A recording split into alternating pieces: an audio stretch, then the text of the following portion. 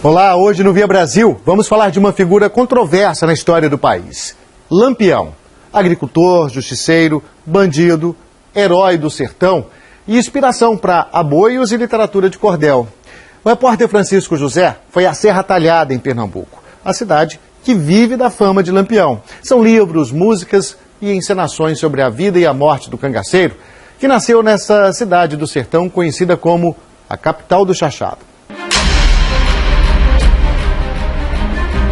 Cidade do sertão, terra de Lampião, lenda e realidade do tempo do cangaço. A antiga Vila Bela, hoje Serra Talhada, tem 100 mil habitantes.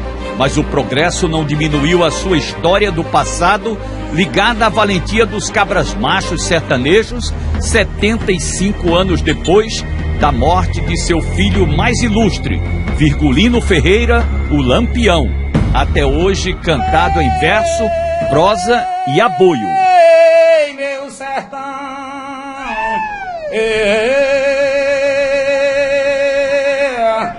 Lampião, rei do cangaço, que em muitos local andou.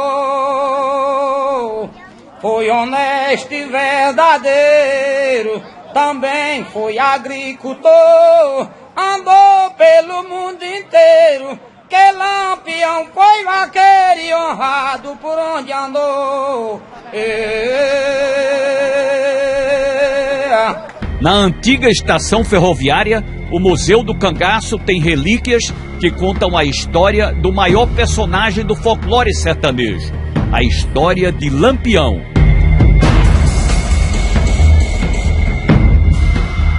O mito que para uns se tornou herói e para outros bandido. Ele é um bandido.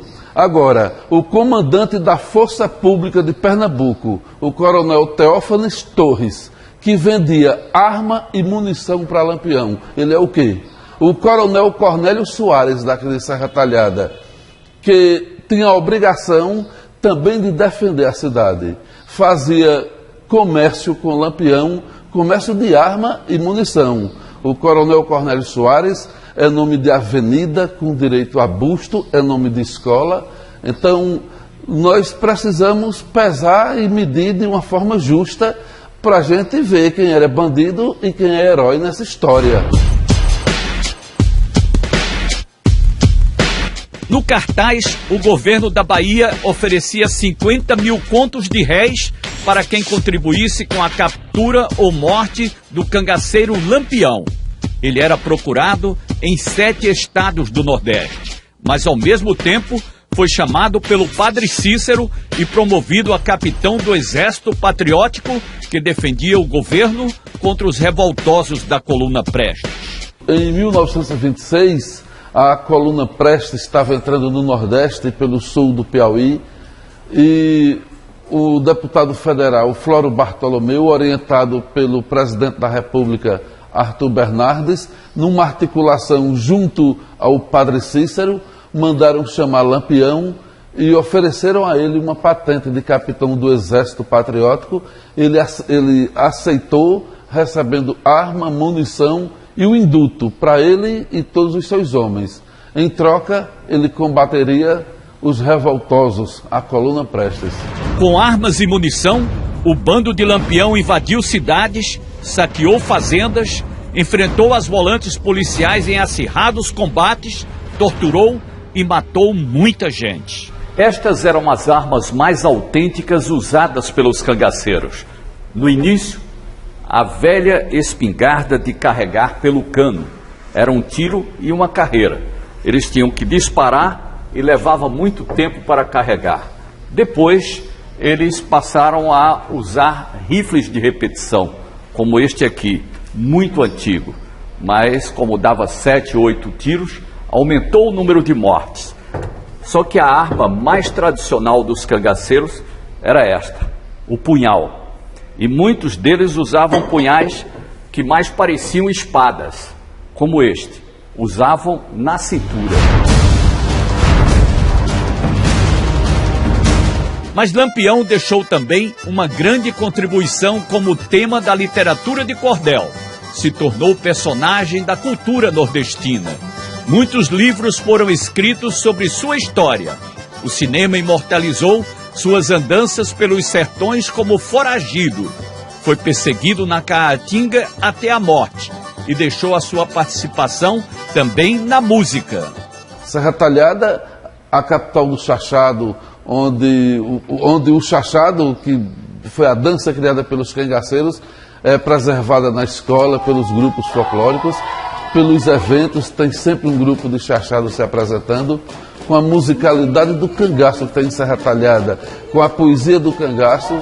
Tudo isso, essa mistura toda, é o que faz a nossa identidade cultural.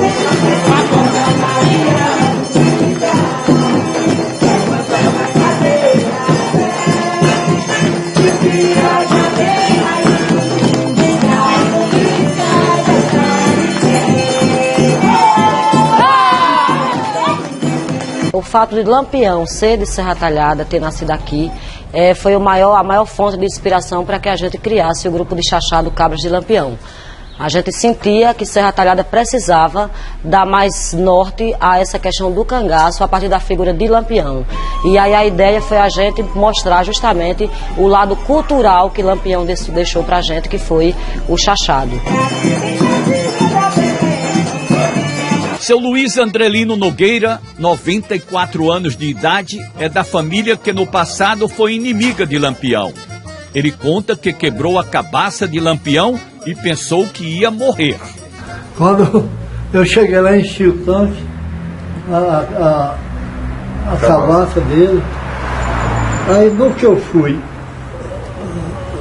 saindo para lá, para voltar para acabar, tropiquei numa pedra, caí e quebrei a cabaça. Olha o negócio aí. Quebrou a cabaça de Lampião. Aí, meu irmão, de jeito que ele vai te matar. Aí eu liguei, fiquei, assim, não tinha um pé de mover, eu fiquei lá sem sair, aperreado. Eu digo, homem danado, um pouco lá minha Lampião, eu liguei agora, coração chega. Quando ele chegou, cerveja. Cabaça é com um pau de porteira de curvar, quebra uma, a gente bota outra. Dona Guiomar, mulher de seu Luiz, também lembra dos contatos do bando de Lampião em sua casa, na zona rural de Serra Talhada. Eles chegavam lá em casa, aí pronto. Papai, mas mamãe não tinha o que fazer, tinha que receber. E com medo dos revoltosos virem atrás, né? Aí eles foram para o mato se esconder. Aí pronto, todo dia mamãe mandava papai levar almoço para eles no mato. A vegetação da Caatinga é a mesma dos tempos de Lampião. Por essas quebradas do sertão, ele nasceu, lutou, se tornou rei do cangaço e foi morto decapitado. Sertão de Pernambuco, em Serra Talhada, onde até hoje existe esse cenário original com essas pedras ao lado da Serra Vermelha, onde houve o primeiro conflito que mudou a vida de Lampião. Antes, ele era apenas um agricultor, mas aqui o irmão mais velho dele, Antônio Ferreira, sofreu uma tocaia e saiu gravemente ferido. A partir desse episódio, Lampião se tornou cangaceiro. Bem perto do local da tocaia, moram descendentes da família inimiga de Lampião. O pai de Dona Minó, José Saturnino, autor da emboscada que feriu o irmão de Virgulino, foi jurado de morte. O pai da senhora, no caso, ele participou desse ataque. Foi, meu pai foi. Aí pai veio esperar ali, que ele passava ali, para ir para o lugarzinho do Lampião ali. Aí pai veio esperar ele. Aí eu tive comigo quando eles vinham lá para cá. Ali era Antônio Ferreira, parece que era o irmão do Lampião. Mas Lampião não era brincadeira, não. Ele dizia morrer se não matasse pai, não queria salvação. Ainda neste programa você vai conhecer mais sobre a vida de Virgulino e assistir a encenação da peça O Massacre de Angico, a morte de Lampião.